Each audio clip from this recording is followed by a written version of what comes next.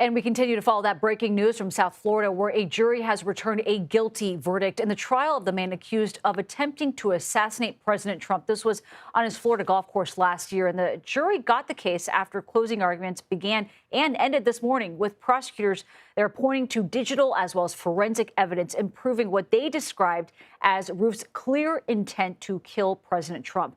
Routh was convicted on all 5 federal charges against him, and those include attempted assassination of a major presidential candidate, assaulting a federal officer, and possession of a firearm and ammunition as a felon. CBS News correspondent Cristian Benavides joins us now from Fort Pierce, Florida, where he's been covering this. And Cristian, we also understand there was an incident in the courtroom there after the verdict was read. Can you tell us more about that? Right. After the verdict was read, and we understand after the jury left the courtroom, Ryan Routh, the defendant here, attempted to harm himself. It's unclear how he tried to do this, but we have been able to confirm that he attempted to harm himself after the jury left the courtroom, but following the verdict. Just to recap what the verdict was here, a 5-count verdict on federal charges, including attempted assassination of a major presidential candidate, possessing a firearm in furtherance of a crime of violence, assaulting a federal officer, felon in possession of a firearm and ammunition, and possession of a firearm with an obliterated serial number. This entire trial went much quicker than initially anticipated. All of this because Ryan Routh made the decision to represent himself, and that made the trial go much, much quicker. Just to give you an example of that, earlier today, closing arguments should have been about an hour, 45 minutes for each side. Instead, the prosecution took their full time, about an hour and 45 minutes, while Ryan Routh ended up taking just about a half hour. And during his closing arguments, he went off the rails a number of times. He spoke about the First Amendment, spoke about the Civil War, that he was planning to buy a boat at some point, and Judge Eileen Cannon had to remind him a number of times to stay on topic and plead with him to reference some of the evidence in the case. The evidence by federal prosecutors really quite voluminous. There was the DNA that was found at the scene, cell phone tower data. There was even a note that Routh had written where he wrote this was an assassination attempt. And the jury taking just a couple of hours to come to that determination of guilty on all counts. And again, our reporting indicates that following the verdict, after the jury left the room, he attempted to harm himself. At this point, we are awaiting for Routh to be transported to prison.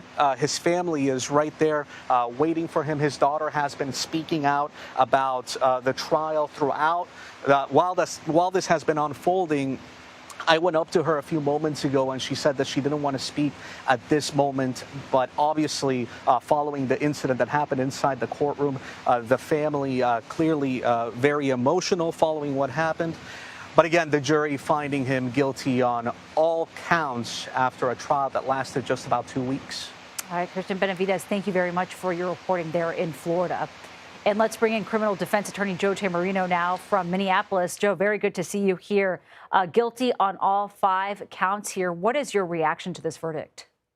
Well, thank you for having me on. I'm not surprised at all. This trial took 12 days. There was a voluminous amount of evidence. He never raised any issue about mental illness, if he was or was not mentally ill. And it took the jury less than 3 hours to convict on all counts. So I'm not surprised at all. Well, also on top of that, Routh represented himself in court. What did that tell you in itself ahead of this trial?